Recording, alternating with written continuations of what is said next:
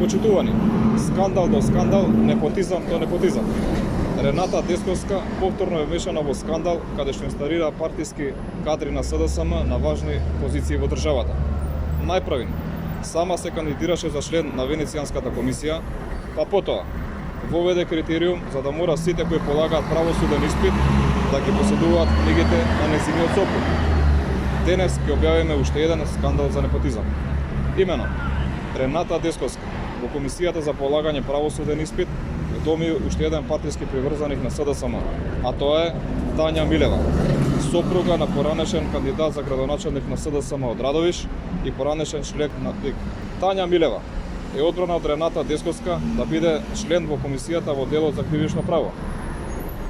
По кои критериуми е одбрана баш Тања Милева, сопруга на членот на СДСМ и близок до Заев Игор Милев? Еве вака Рената Десковска го руиниса правосудниот систем во Република Македонија.